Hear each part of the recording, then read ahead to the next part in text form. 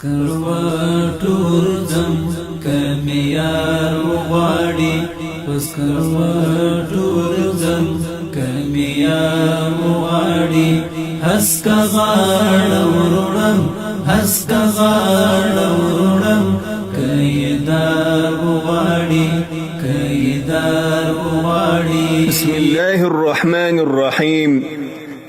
د شریعت تلاری او د جنت تلاری درنو معززو دوستانو، د چې پر موږ او تاسې باندې یو ډیره عظیمه او لویه شپه او ورځ را روان دي. پر موږ او تاسې باندې د الله جل جلاله یو لوی او عظیم احسان چې هغه د شعبان د 15 شپه او ورځ د را روان دي. نو الله جل جلاله دې موږ او تاسو ته د دغې شپې او د دغې ورځې قدر را نصیب کړي پر هغه طریقه باندې چې د الله جل جلاله خوښ وي او زموږ به د دنیا او د آخرت سعادت پکښي. د سیدنا معاذ ابن جبل رضی الله عنه مبارک سره روایت دی. د الله د نبی صلی الله علیه وسلم څخه روایت کی قال يطلع الله إلى جميع خلقه ليلة نصف من شعبان فيغفر لجميع خلقه إلا لمشرك أو مشاهد. په دغه شپه باندې د 15 د شعبان د برات د 15 په شپه باندې الله جل جلاله یو عظیم او لوی فضل پر مؤمنانو باندې نازلوي چې الله جل جلاله ټول امت ته د رسول کریم صلی الله علیه وسلم مغفرت کوي.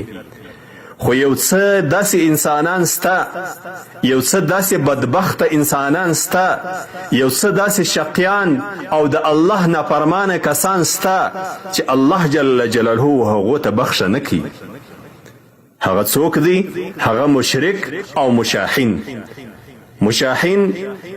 مشرک خو هر څوک پیژني چې د الله جل جلاله څخه څوک شریک کړي، د الله سره یو څوک شریک کړي په ذات یا په صفاتو کې، د الله سره څوک شریک کړي دغه ته مشرک ویل کیږي په هر معنی چې.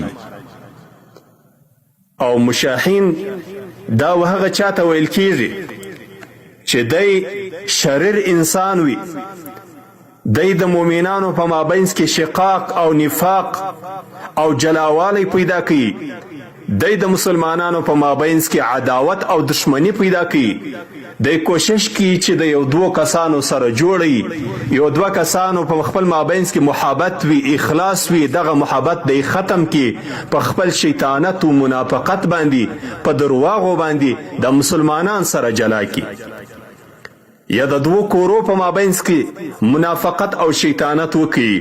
دغه انسان ته الله جل جلاله بخښه نه کوي.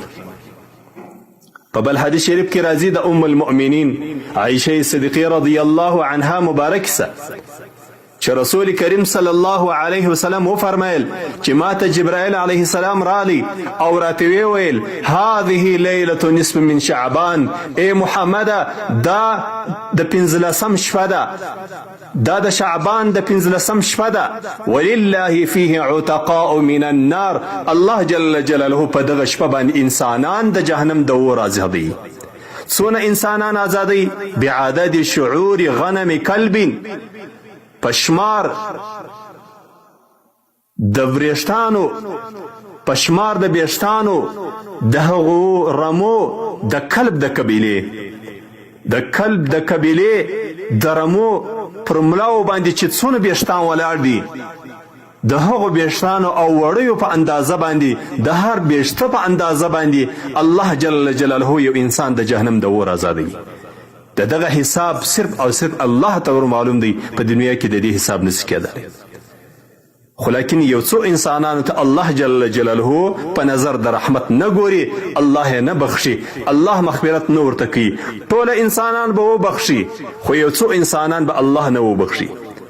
ولا ينظر الله فيها الى مشرك، یو مشرک ته الله بخښه نه کوي.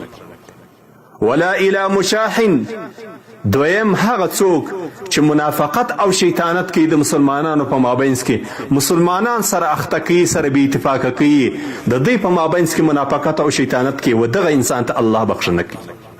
دریم ولا الى قاطع رحم، دریم هغه څوک چې دی د خپلوانو قریبانو سره قرابت نه کوي، پر خپلوانو باندې پوښتنه نه کوي، یو وسیله نه باندې کوي، یو غم یې نه خوري، یو معلومات یې نه کوي. د مسلمانانو په مابینځ کې قرابت خو یو لوی شی دی. دا رشته چې الله جوړه کړې ده دا خو یو لوی عمل دی. د دې خپلوي ټینګول او د دوستي او د قرابت نیول دا د مؤمن صفت دی، دا د مؤمن د ایمان تقاضا ده.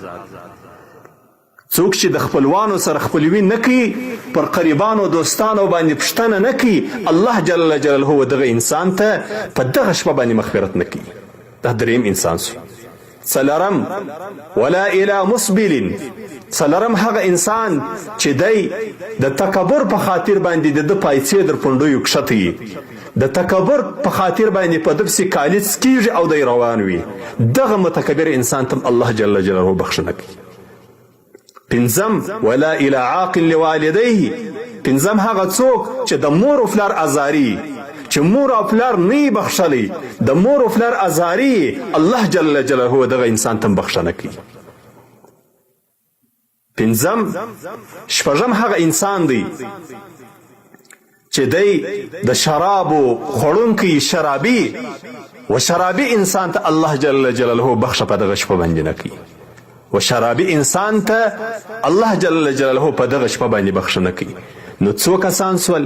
اول مشرک دی، دویم مشاحن دی چې منافقت او شیطانت کوي د مسلمانانو په مابینځ کې، دریم هغه څوک دی چې د خپلوانو قریبانو سره وسیله رحمي ختمه کړي، څلورم هغه متکبر انسان دی چې پرتګ او پیسې در پوندویو کښته. بالخصوص د زموږ او ستاسې د زمانې ځوانان د ځوانانو پوندوی پټي په پرتګ او په پیسو کې. پنځم هغه څوک دی چې هغه د مور او پلار ازاری. شپږم هغه څوک دی چې هغه د شراب او مختی شراب خوري، الله جل جلاله په دغه شپه باندې نه بخښي. په بل حدیث شریف کې راځي وم کس چې د الله رسول صلی الله علیه وسلم ښوولی دی هغه څوک دی چې هغه د ځان وژونکی خودکشي کړي، ځان یې وژلی، الله جل جلاله په دغه شپه باندې نه بخښي. که نو دا یو دونه لویه شپه ده چې د ماښام د لمانځه وروسته در سهاره پورې الله جل جلاله دا اعلان کوي الا من مستغفر فاغفر، ایا نسته یو څوک چې زما څه بخښه وغواړي او زه مغفرت ورته وکم. الا من مسترزق فارزقو، نسته یو څوک چې د زما څخه رزق وغواړي، دنیا راسه وغواړي، مال وغواړي او زه یې درته ورکم. الا من مفتلا فاعافیه، نسته یو څوک چې دی په یو مصیبت او غم په یو مرضي کې مبتلا دی او دی زما څخه خواست وکړي او زه دی د دغه مرضي او د دغه مشکل او د دغه غم څخه خلاص کم. الا کذا الا کذا حتى يطلع الفجر، الله جل جلاله اعلانونه کوي، در سهار اعلانونه کیږي، د فرشتو په واسطه باندې اعلانونه کیږي چې راسي یو څوک د غوښتنې والا ستا چې د الله څخه یې څه وغواړي او الله رب العزت یې ورکي او الله جل جلاله د دغه مشکل څخه خلاص کړي. نو محترمو دوستانو، یو داسې عازمه او بزرګه شپه پر موږ باندې را روانه ده. موږ او تاسې باید چې د دغې میاشتې قدر وکړو، د دغې میاشتې عزت وکړو او د دغې میاشتې د دغې عظیمې او لویې میاشتې دغه لوی سعادت او کامیابي چې موږ او تاسو ته الله راکوي په یوه شپه عبادت باندې راسي چې د خپل کو او دا پیدا کو. د دغې شپې تاریخ د 2019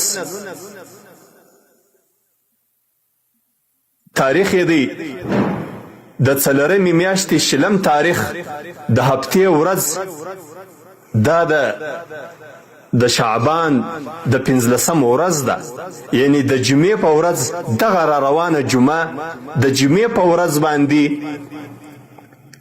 په دغه را روانه د جمعې په ورځ باندې ماښام چې د هفتې شپه ده دغه شپه د 15م شپه ده او د هفتې ورځ چې ده دا د 15مه ورځ ده، د شعبان د 15مه ورځ ده، د 2019 د څلورمې میاشتې شلم تاریخ چې د هفتې ورځ راځي. نن 18 تاریخ دی، سبا د جمعې ورځ ده، دا 19 تاریخ دی. په 19 تاریخ باندې ماښام د 15 شپه ده، په 20 تاریخ باندې د 15 ورځ ده. خو البته هغه څوک چې په پاکستان یا په نورو هیوادو کې اوسیږي، بعضې هیوادونه داسې دي لکه پاکستان چې په هغو کې به د اتوار په ورځ باندې، د یکشنبې په ورځ باندې چې 21مه ورځ ده، 21م تاریخ دی د اپریل د میاشتې د 4مې میاشتې 21م تاریخ دا یو ورځ ده، د هفتې ورځ ماښام دا شپه ده.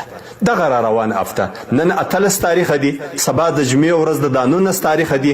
د جمعې په ورځ باندې ماښام د سعودي او د افغانستان او د ډیرو ملکو د شعبان د 15 شپه ده او د هفتې ورځ ده. او د پاکستان او دغه رقم د هندوستان د بعضې نورو ممالکو بیا د اتوار ورځ دا د شعبان د 15 ورځ ده، د هفتې ورځ په ماښام باندې دا د شعبان د 15 شپه ده. 2019 د 4مې میاشتې د اپریل 20 تاریخ دا د سعودي او د افغانستان او د نورو ملکو د شعبان د 15 ورځ ده، د جمعې په ورځ ماښام شپه ده. دغه را روانه د جمعې په ورځ ماښام دا را روانه جمعه، نن د جمعې شپه ده، جمعرات دی، سبا جمعه ده، د جمعې په ورځ ماښام شپه ده.